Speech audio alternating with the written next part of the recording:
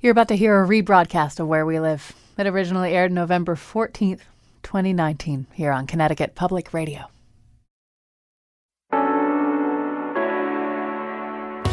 This is Where We Live from Connecticut Public Radio. I'm Lucy Nalpathanchel.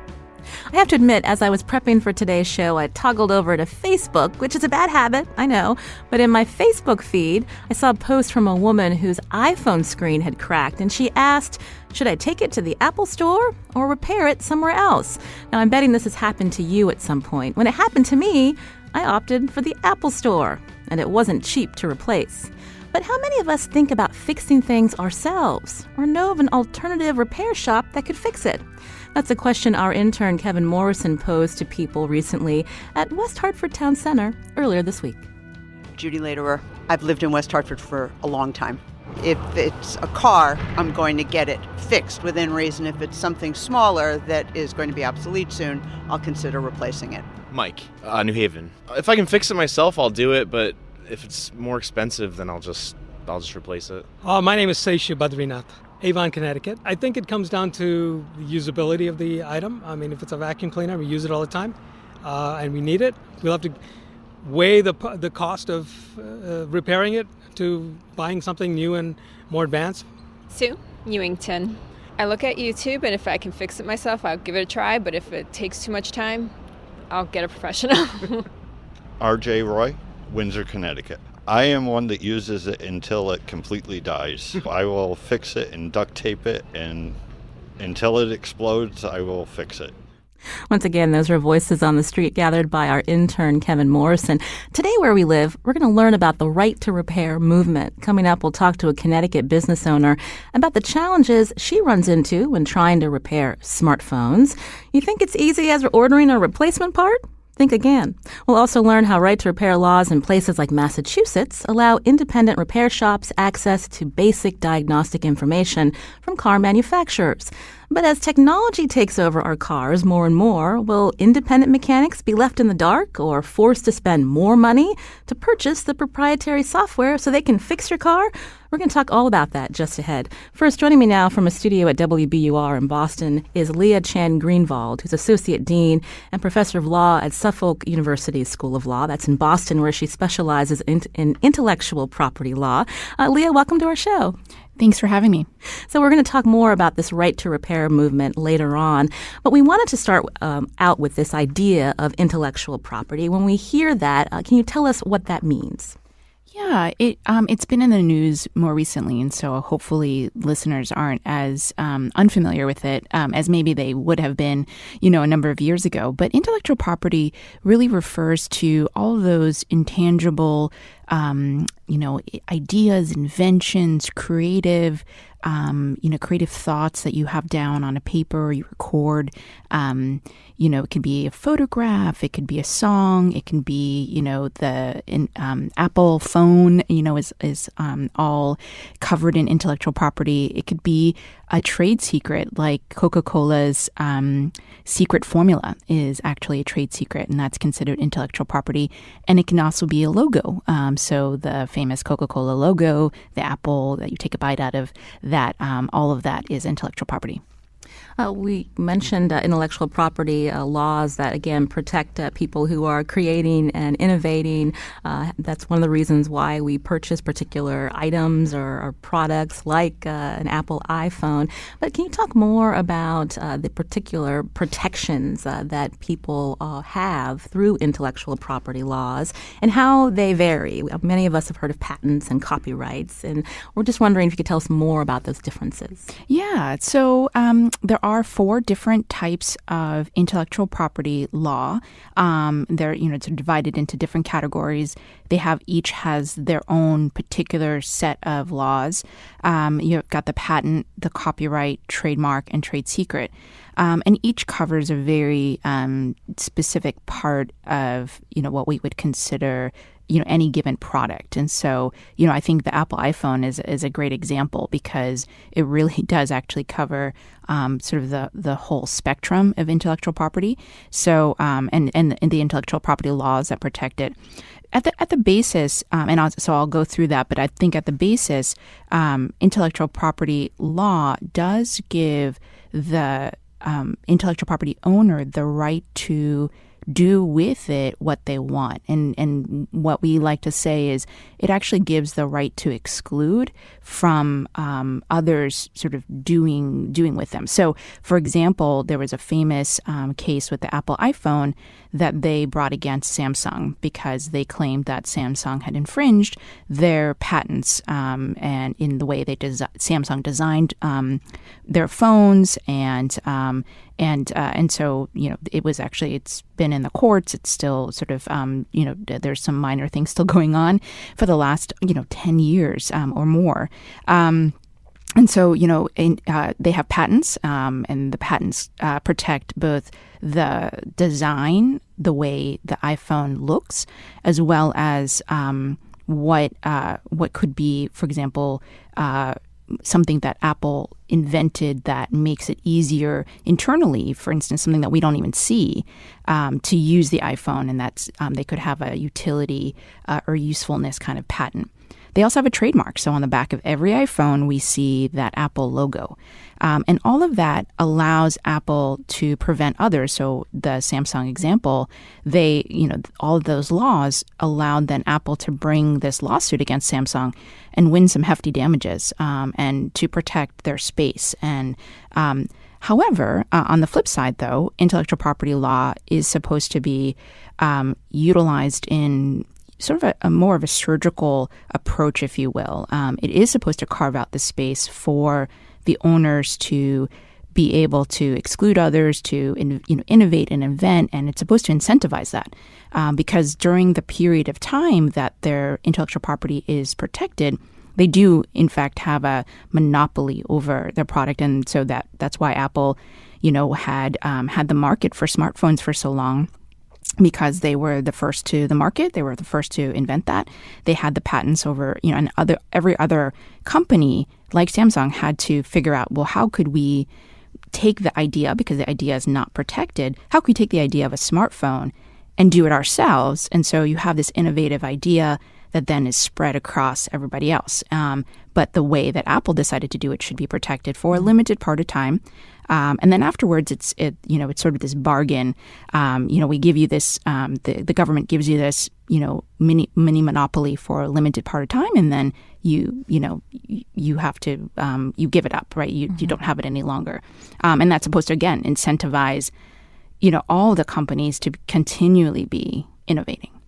That's interesting when you mentioned a period of time, this mini monopoly that the companies have.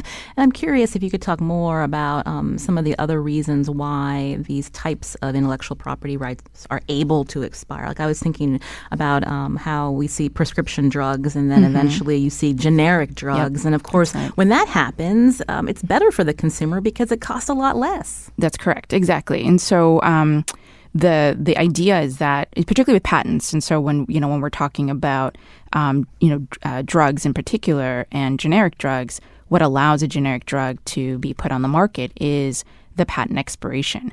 And so a patent term, and some of this is constitutionally based. In the United States Constitution, we do have language that does say that it should be protected. Patents and copyright should actually be protected for a limited time, because the idea is that we want to incentivize, but we don't want to ever stop. So just think about the example of the pharmaceutical product. If the patent was never able to expire, we would never have that generic drug to then lower the costs for consumers.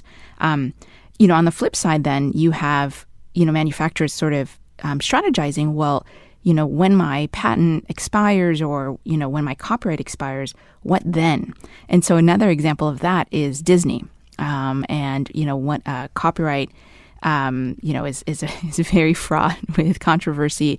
And there's a lot there. But Disney is a good example of with their Steamboat Willie. I don't know if you know that, old black and white image.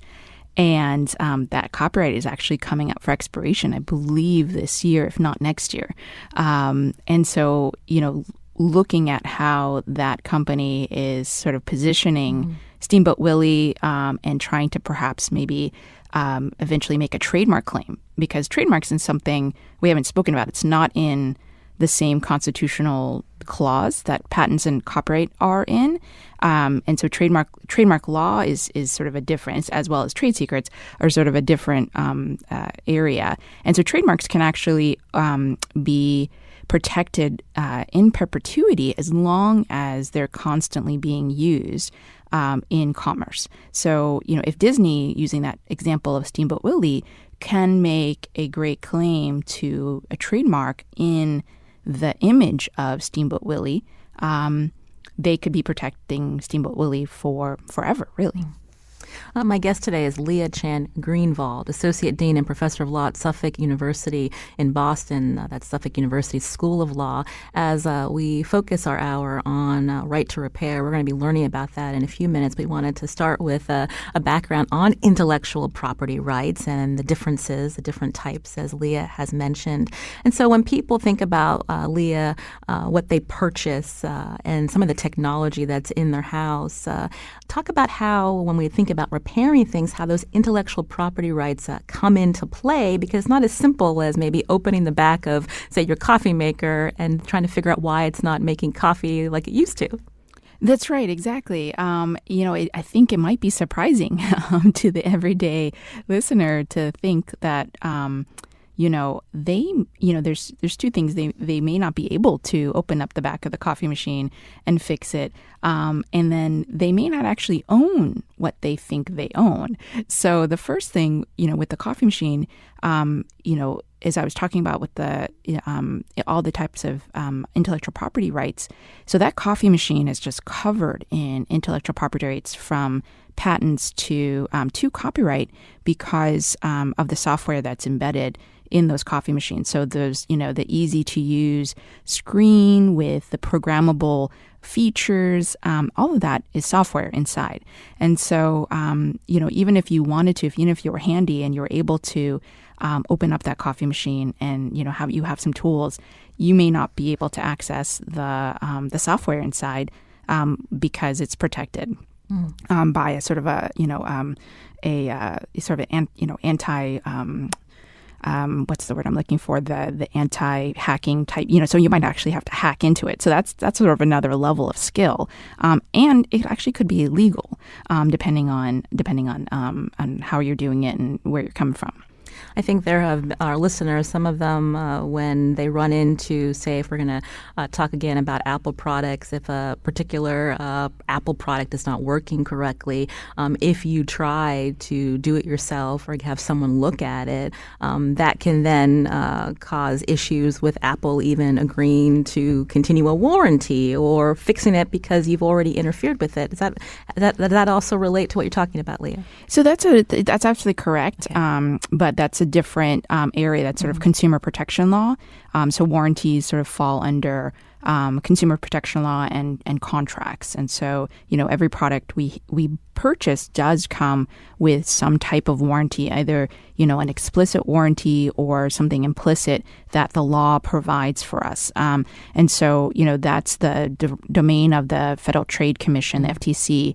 And they have been policing more and more those types of claims. Like if you open up your,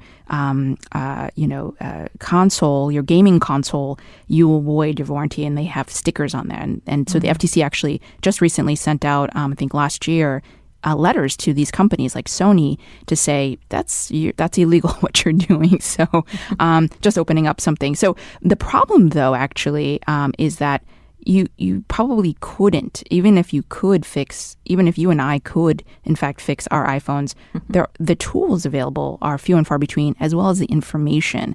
And that's where the IP has come in to allow the Apple to exclude others from that information and just provide it to the authorized dealers. And so that's why when you went into the Apple Store, it costs an arm and leg to get your cracked screen fixed when it should only cost maybe $50. Not all of us want to be running to the store or having to purchase new items. This is kind of the thinking behind this right to repair movement that has popped up in recent years. So Leah Chan Greenwald, who is my guest, Associate Dean and Professor of Law at Suffolk University in Boston, could you talk about some of the reasons why this right to repair movement has been growing, specifically in Massachusetts? Yeah, so I think it goes back to the sense that if we purchase products, ranging from cars to our phones to dishwashers, washer and dryers, large appliances, we should own them and we should have the right to repair them. And, in sort of the New England area, I'd say there's definitely that strong sense of personal autonomy. Our one of our closest neighbor here is New Hampshire, that they have the live free or die, slogan. So there is that sense. And so I think the outrage that's been experienced in Massachusetts is reflected across the nation, sort of consumers waking up rather slowly, unfortunately, to the fact that, all of these connected and smart devices, while it makes our life easier in the short term, could actually make our life harder and more expensive in the long term. Coming up, we're going to talk more about this specific right to repair law in Massachusetts that relates to the automotive industry. But we're also thinking about, again, the ability to repair things that we buy, whether it's something that costs $20 or a couple grand. People are also thinking about this. Is it because of their concerns about where this stuff ends up when it no longer works? The landfills that are filling up and the impact on the environment, Leah? Oh, absolutely. Absolutely. And so, there's a lot of, concern. I think a lot of competing concerns at issue with the right to repair. A lot of things intersect here. So it's not just the idea of personal autonomy, but it is environmental concern. That some of the nonprofit groups out there have been doing a great job sort of highlighting how many landfills all of our iPhones that we throw away could fill up. And so you actually see the environmental side of it and the environmental concerns pushing the right to repair movement forward in Europe. So Europe has recently released some, directives and some indications. The Commission there has, released this to say that they're going to regulate that manufacturers of large electronics are going to need to make sure that their products last longer and therefore are able to be repaired, which is pretty impressive. And the ability, the products to last longer and ability to be repaired. Also making public these repair manuals. So if somebody wants to go to YouTube or, do a video of this is how I fixed my coffee maker and this is where you can get your parts.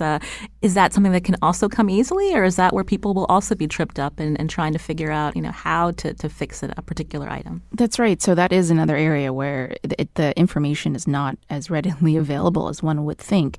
And so in that, manufacturers are saying, well, we don't want to have consumers be able to have access to this information because we're scared of what they're going to do with their stuff.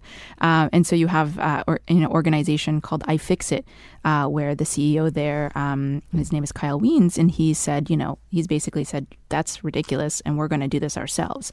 And so, his organization and his community has attempted to try to do exactly that, is, take apart stuff and figure out how to repair it on their own to then release it to others to be able to do that.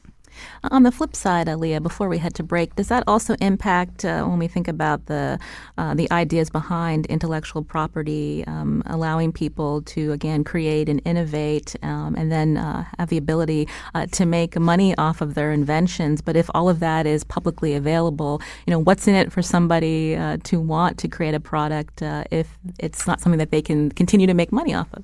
Sure, right. So we're not talking about limiting so the right to repair movement is not talking about limiting any initial intellectual property rights or protections. It's talking about allowing consumers access. So so the manufacturers are making money by selling their products, and they're selling it at a premium because they have the intellectual property protections on that product.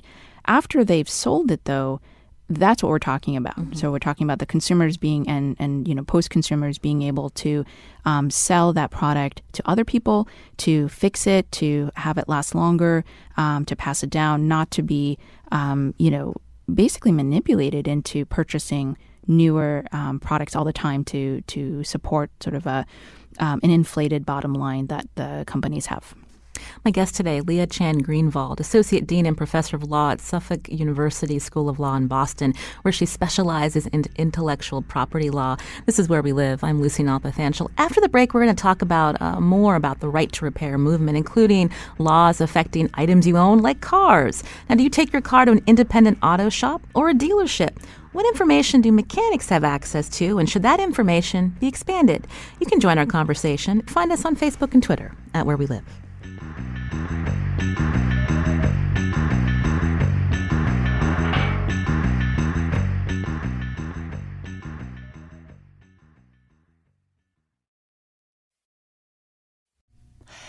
You're listening to a rebroadcast of Where We Live. It originally aired November 14th, 2019, here on Connecticut Public Radio.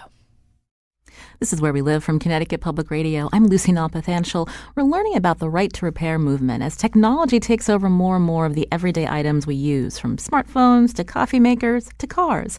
My guest today, Leah Chan Greenwald, Associate Dean and Professor of Law at Suffolk University in Boston.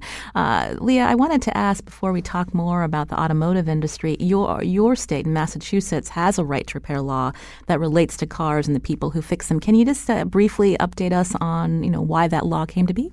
Yeah, sure. So in 2012, the Massachusetts voters actually voted into law the right to repair your car law, and that only focuses on cars in the state of Massachusetts, and requires that manufacturers provide the same types of information and access to diagnostic information about cars that they do to their authorized dealers, so that consumers in Massachusetts have the right to choose where they get their car fixed, right? Do you go to the dealer, like you've been asking? Do you go to the dealer, or do you get to go to the independent repair shop that maybe is down the street? Maybe you know the person, right? Maybe they're your neighbor, and you trust them. And so that was in 2012. It was a ballot initiative in Massachusetts. Based on that, that actually pushed the car industry to enter into a memorandum of understanding, a nationwide memorandum of understanding that basically allows the same rights across the country in other states. And so other states didn't have to pass a law similar to Massachusetts, and that's actually what the right to repair movement wanted. And now the automotive right to repair sort of wing has come back and has been lobbying for a new law to update the 2012 law. Mm-hmm. And why is that? Because technology continues to change? That's correct. Exactly. Okay. Technology in the cars has changed dramatically. So, information, diagnostic information about your car that are called telematics, which sort of attaches or connects the GPS to all of how your car is working, the speed of your car, what your car is doing when you're going at that speed. All of that data is now in the newer cars transmitted wirelessly, and so there are new systems that the independent repair shops are saying that they're not getting access to. So the lobby has come back and said we need to update this law. They haven't had any success in the legislative process, and so what they're going to do is attempt to go for another ballot initiative for 2020. Again, we've been talking about this proposal in the state of Massachusetts. We wanted to get some Connecticut perspective. So joining our conversation now is Bob Amendola, who is president of Auto Body Association of Connecticut and also owner of Auto Works of Westville. Bob, welcome to our show. Yes, hi, thank you. Just briefly, we've been learning about the right to repair movement, and we heard a bit from Leah about Massachusetts' right to repair law that affects the automotive industry. As someone who owns a shop in Connecticut, can you talk about your thoughts on right to repair and what information independent car shops should have when trying to fix someone's car? Absolutely. The automotive industry is changing at a rate that we've never seen before. And exactly what was being said about telematics and ADAS systems, LiDAR, sonar, it's amazing. And the amount of automotive fatalities worldwide is an absolutely staggering number. And the manufacturers are addressing this, which is wonderful. to make safer vehicles, and things are changing at an incredible speed, as I had said. The importance of having access to this information is crucial in fixing these cars. Shops, we're losing a vast number of shops in the United States, collision repair shops. In Connecticut, over 10 years ago, we had over 1,000 shops. Today, collision repairers are less than, or approximately 400 in strength. Most dealerships do not even have their own collision repair shops. Some do, but most do not because it's so specialized. The thing that is happening is the first thing that we do before we touch a car is we have to pre-scan this car to see where the electronics and where the systems are and what is damaged or what is inoperable. Then we address that. And we've been scanning cars at our shop for over 8 years, and I have to tell you, the battle was incredible with the collision carriers. They didn't want to acknowledge it. They didn't want to pay for it. They didn't want to address it. We had to go to the manufacturers and have them put out their own position statements, which most manufacturers were very good about doing that because we're dealing with people's safety. And they then, at that point in time, the insurance companies could no longer dispute this. So that was a big step. So what has happened is they've recognized it. But now some of the information that we need, there is automotive one-stop that we can go to these and look up this repair procedure research that what needs to be done on every car. And there is a cost associated with that, and we're finding a big pushback on that as well. So I'm sorry, Bob, so explain that a little bit more. So is there particular software that your shop needs to get particular information from a car manufacturer of how to fix something if it's not working? True, absolutely. We have to research that data on where panel placement can be changed and the types of spot welds that are supposed to be used and the types of MIG wire that are required for the various different metals and aluminums that are coming into play. The one thing that our association has been looking into is manufacturers in one respect are trying to help educate the industry by having certified programs. And the certified programs, it's a double-bladed sword because there are good things about it, but there are also bad things about it. And this is where it hinges in on this, right to repair. The information we feel should any manufacturer that is building vehicles, cell phones, whatever intellectual property that they have designed, absolutely they are entitled to sell their product at a value point that they find the consumer wants and be successful. But once they put that out there, like what your program has discussed, it's so important that these items can be serviced, and we don't want to have monopolies. We want to have free trade in this country, and with guarding that information, it inhibits that. And I commend Massachusetts for taking this lead. It was a wonderful thing. But getting back to the point of is that certain manufacturers won't sell parts to repairers unless they're certified, and part of being certified is paying into their program. So on one count, the information and the education is paramount, and we do our own research and we do our own training in our shops and keep our technicians abreast on what they need. And when they're repairing a car, they'll get a sheet of what they need, and it just doesn't go out to them. It goes out to them with an explanation so that they fully understand it. And what's happening is the trades are nationally lacking in the staff. So there's a big resurgence for these trades. These people that are working on cars properly are becoming at the level of aircraft mechanics.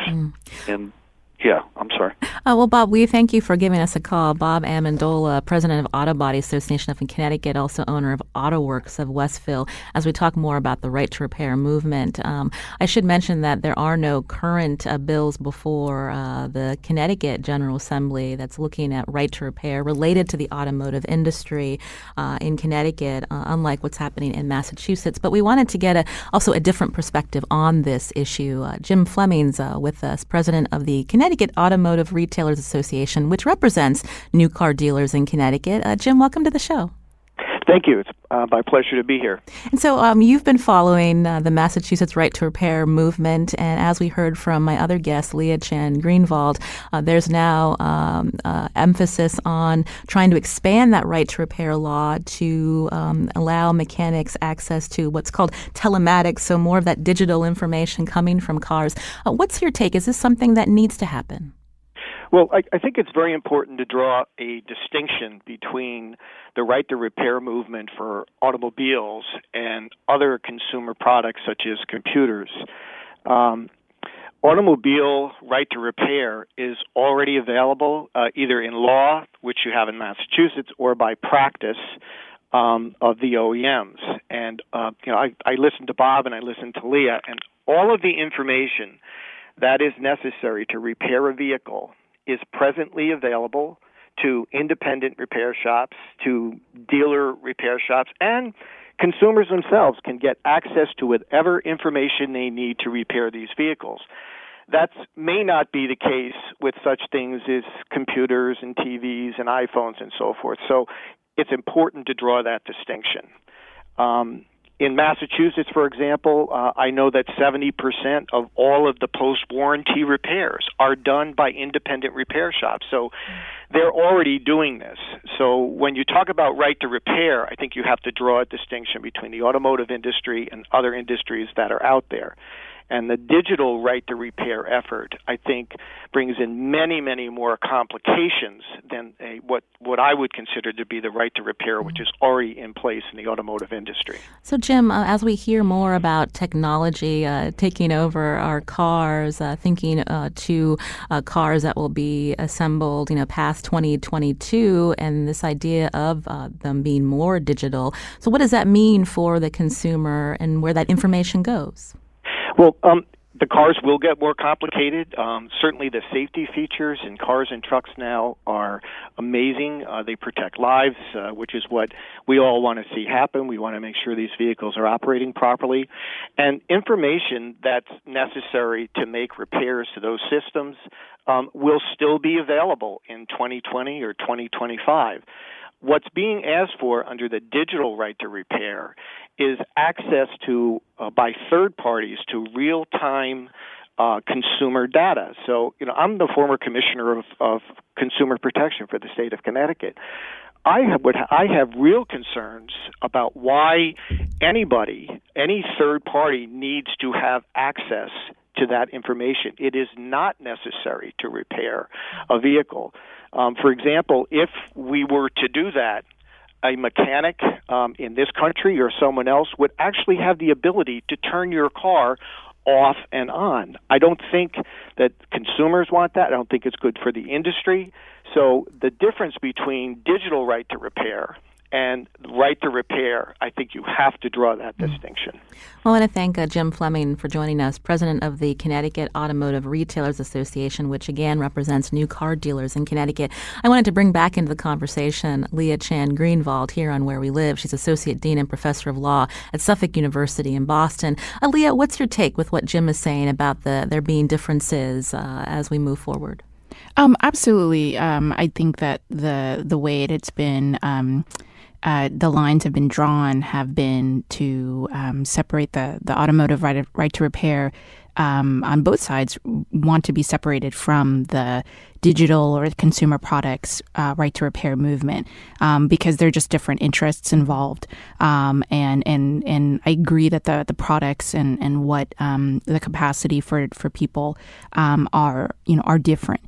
From my perspective, though, and I come from it at a sort of an academic law professor perspective, the intellectual property, the laws are the same, and at the end of the day, from my perspective, the consumer is the same, right? Where I own my car, or I lease it. Actually, I don't really own it, and I want to get it repaired just the same way as I want to get my phone repaired. So I don't know. I think the industries have definitely drawn their lines, but I'm not sure it matters so much to the consumer. Mm-hmm.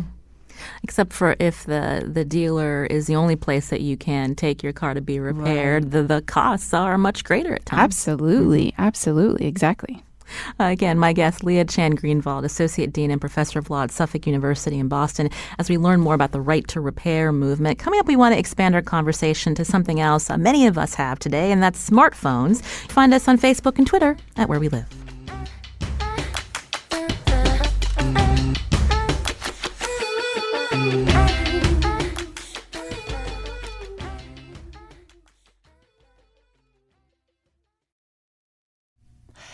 You're listening to a rebroadcast of Where We Live. It originally aired November 14th, 2019, here on Connecticut Public Radio. This is Where We Live from Connecticut Public Radio. I'm Lucy Nalpathanchel. Now, before we talk more about the information consumers should be able to access when they purchase products like smartphones, we should stress there's another reason some people support this right to repair movement, and that's because it eliminates waste piling up in landfills. We're going to tweet out some information at Where We Live about some Connecticut towns who operate repair cafes. It's a really cool idea, and we wanted to let you know about that. Now, something many of us can't live without are our cell phones. And when they break, who do you turn to? You can join our conversation. Find us on Facebook and Twitter at Where We Live. My guest from studios at WBUR in Boston, Leah Chan Greenwald, Associate Dean and Professor of Law at Suffolk University in Boston. And joining us now by phone is Beth Drake, who's co-owner of Off the Hook Cell Phone and Device Repair in Middletown, Connecticut. Beth, welcome to the show. Thank you. My pleasure. So how long has your business been open? We've been open close to 2 years. And so tell us about the people that come into your shop. Are they people who may hold on to their phone as long as they can, or they're just thinking that maybe they can save some money if they're not going to a brand name store to fix something like a cracked screen? We have a mixture of both, actually. We have people coming in looking for repairs because they think it's a way to hold on to the expensive smartphone that they've already purchased, hoping that'll be a relatively inexpensive fix, and sometimes it is and sometimes it's not, unfortunately. So we also have people looking to trade in their phones, thinking that that might be an option. We also have a mix of people who need to repair their phone before they can trade it in. Mm-hmm. So we have a mixture of all different types of customers looking for different needs. So you run an independent repair shop. So can you talk about, have you run into issues with particular phone companies' intellectual property claims when you're trying to repair someone's phone? Can you describe some of those challenges? Well, the problem we would run into with certain types of phones is obtaining the schematics for those phones to find out exactly what would need to repair if there was soldering and micro-soldering involved. So that's right now the biggest opposition that we have is having access to smartphone and computer schematics that would aid us in those types of repairs. What about particular parts? We're an independent repair shop, so we're not certified by either Samsung or Apple or any of the main manufacturers. So basically what we do is we buy what's referred to as aftermarket parts. Basically, they're built exactly the same way as the original parts, but they don't carry the manufacturer's stamp of approval on them. Mm. And so we're not allowed to purchase actual manufacturer parts. Mm. And then does that impact, because you're able to get these other particular parts, is it cheaper for the customer in the long run? It is less expensive for the customer in the long run, yes. But, most customers come in saying, I want, for an Apple phone, I want an OEM screen. We tell them the price of the OEM screen, and then they say, okay, I'm okay with aftermarket. So there is a big price difference with the OEM. The OEM for us is original manufacturer repaired. So basically, we can take an iPhone screen, and if it's only the digitizer that's broken, we can put a new digitizer on it, and technically it's an OEM part. It's now still an Apple part because it has an Apple display on it. Thank you, Beth, for your perspective. Again, Beth Drake, co-owner of Off the Hook Cell Phone and Device Repair in Middletown, Connecticut. I wanted to turn back to my guest, Leah Chan Greenwald, Associate Dean and Professor of Law at Suffolk University in Boston. Can you talk more, Leah, about how big tech companies like Apple try to enforce their intellectual property rights claims when it comes to shops like Beth's, where they're just trying to fix people's phones, but it might be harder to do without these schematics, as she mentioned? Right. And you just heard Beth talk about the lack of access to schematics information as well as parts, the original parts. And so, Apple does have the right to, under our intellectual property laws, they do have a right to protect their intellectual property. What they have been doing, though, is just not making, available the information, and even with the parts, you heard Beth say that she can use aftermarket parts. I was happy to hear that she hasn't been caught up in any of the customs issues that, in the importation issues that some other repair shops have been caught up in. And so you'll see in the news every now and then when somebody actually tries to import in these aftermarket parts, that they're seized at the border by customs, and the manufacturers, Apple, Microsoft, claim that they are counterfeit products. And then importers like Beth's store, small businesses, need to then wrangle with this complicated system and prove, basically, the burden is on them to prove that the parts are not counterfeit. And so, it's kind of hard to prove a negative. And so, I was happy to hear Beth hasn't been caught up in that, but that is something that other repair shops around the country have been facing. And in addition, sometimes the other parts are not as good necessarily in that, so the consumer is really left with this, what should I do? I need to use my phone. The smartphone these days, access to the internet and everything is becoming essential, as you mentioned, not just as our obsession, but almost essential to doing jobs like, working for Amazon, even doing the deliveries. If you don't have a smartphone and the smartphone is not working or the camera's not working, or you can't, the screen, you can't work there because you need that phone. I'm wondering, Leah, when we hear about these tactics from big tech companies, in one sense it might help brand loyalty, right? If people think that the only place to fix their phone is to go to the Apple store, because then you get people who've been trained specifically and have access to all of these different parts. But does that also work against companies like Apple, or is it being shown that consumers are getting frustrated with this and looking for other options and thinking about companies that might be more apt to make these parts accessible and not as expensive, that might actually build brand loyalty? Yeah, no, it's a good question. And this is definitely something, that we talk about in, branding and consumer psychology, sort of at what's the tipping point, right? Between that loyal, sort of consumer versus the frustrated, angry consumer that walks away from the product. And that's definitely something that you have been seeing. And I think the telephone market just kind of shows that. Apple used to have, such a hold over the smartphone market. And it wasn't just because they were the first mover, but because they were offering this product and allowed for repairs. So repairs, I should mention, and I think I haven't done so yet, but that this has all been recent because repairs actually used to be able to be done by independent. Why were all these repair cafes started was because all the information and all of the parts had been available, and it's only been in the last, I would say, seven or so years that the manufacturers have been sort of locking down more on the repair market because it's become big business for them. And so you do see, the loyal consumers trying to go into the Apple store and then being told, the sales folks, and I'm not, I don't want to place any blame on anybody, but even the service people becoming salespeople saying, hey, well, we could fix your phone, but it would cost $300 to fix it. And so why don't you just upgrade to a new phone? It only will cost you a few hundred more. And so, a loyal consumer who really wants, the product to be touched by, only the manufacturer is really in a bind. And so, particularly for those who don't have that extra few $100s, what do they do?